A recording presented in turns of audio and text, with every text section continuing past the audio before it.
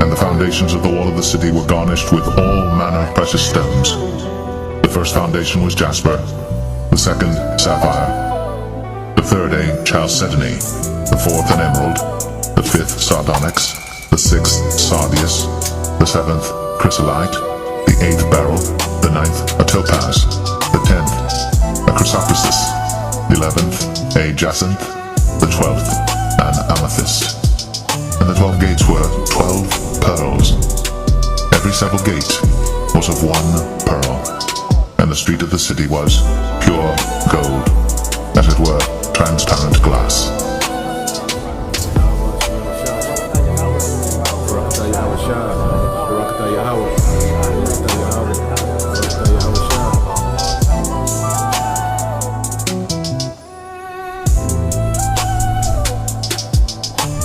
This is how the gemstones in Revelation 21 and the jewels in Moses' time in Exodus 28 prove that God exists and that God is indeed the one who wrote the Bible.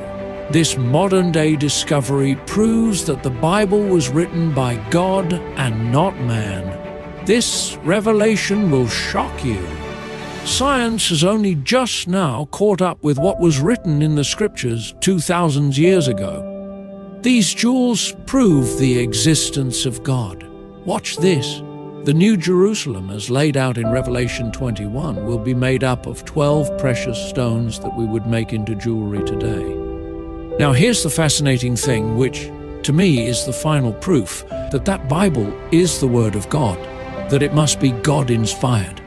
In the last generation only, we've discovered how to make purer light than we had before.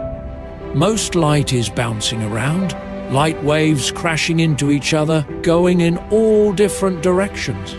For example, the light coming from a spotlight still lights the opposite side of my face by reflecting off walls and surfaces. Light comes at us from all directions. But we've now discovered how to send light in one direction. Laser light is the most common way to do this. We've all seen laser light beams straight as an arrow. But we've also got what we call cross-polarized light. A polarized filter allows light through in that same way, but if you put another polarized filter at a right angle to that, now you've got an extremely fine filter. In the same way, if you take sunglasses and take one lens and put it at right angles to the other, it goes even darker. It only lets very straight light through.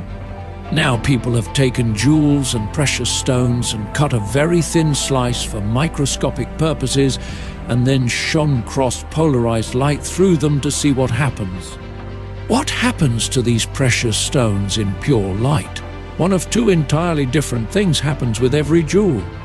Either the jewel is an isotropic jewel or an anisotropic jewel.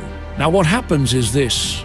Some jewels in pure light, whatever their color, they may be red, blue or green, these jewels turn into all the colors of the rainbow and the most fantastic patterns. Other precious stones in pure light lose all their color and just go black and look like a lump of coal dust.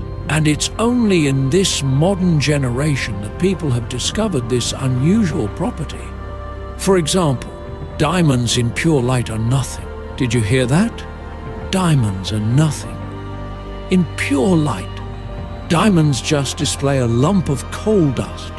Rubies and garnets are like diamonds. They just lose everything.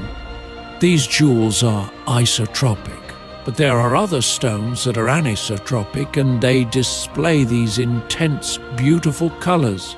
Now, here's the fascinating thing that blew my mind and I've never recovered. The 12 precious stones that God uses to build the New Jerusalem are all anisotropic. In pure light, they are all exceedingly more beautiful. And God is light. So, imagine God's light shining through these anisotropic jewels. God doesn't touch the diamonds or the rubies or the garnets. He doesn't build the New Jerusalem with them. But God does build with these anisotropic jewels, which I am about to reveal to you. Take a look at the picture on the screen of these stones. Look at the top 12 stones on this picture, and you'll see the stones of the New Jerusalem. Look at the 4 bottom ones at the bottom of the picture, and you'll see they're black, no attraction whatsoever. Now then, who knew this 2,000 years ago? No scientist knew it, no philosopher knew it, nobody knew it. John the Apostle, writing down the book of Revelation as the Lord dictated it to him, he didn't know. Nobody knew except one person in the entire universe, the one who created all things, God himself. Where is this passage about the jewels written exactly? Revelation 21. Halfway through the chapter, you'll find all the 12 stones listed there. Starting in verse 19, you can read them. The first foundation was jasper, the second sapphire, the third chalcedony, the fourth emerald, the fifth sardonyx, the sixth carnelian, the seventh chrysolite, the eighth beryl, the ninth topaz, the 10th chrysoprase, the 11th jacinth, and the 12th amethyst. No diamonds, no rubies, no garnets, because they're isotropic. Now, isn't that amazing? If it was up to me, I for sure would have included diamonds and rubies in my collection of gemstones to build the most beautiful new kingdom, as would most people. On earth, husbands adorn their brides with diamonds because we all consider them some of the most beautiful jewels on the planet. But God has known the properties of diamonds and other isotropic gemstones all along. And God was his New Jerusalem to be an extraordinary kingdom of light displayed through the only jewels that will magnify the light. This one thing alone proves that the Bible was inspired by God, because nobody could have known this. No one knew about this until our generation. You can just imagine how beautiful the New Jerusalem is going to be. No need for do-it-yourself decoration there. No need for pictures or murals, no need. The materials that God uses will be far more than enough.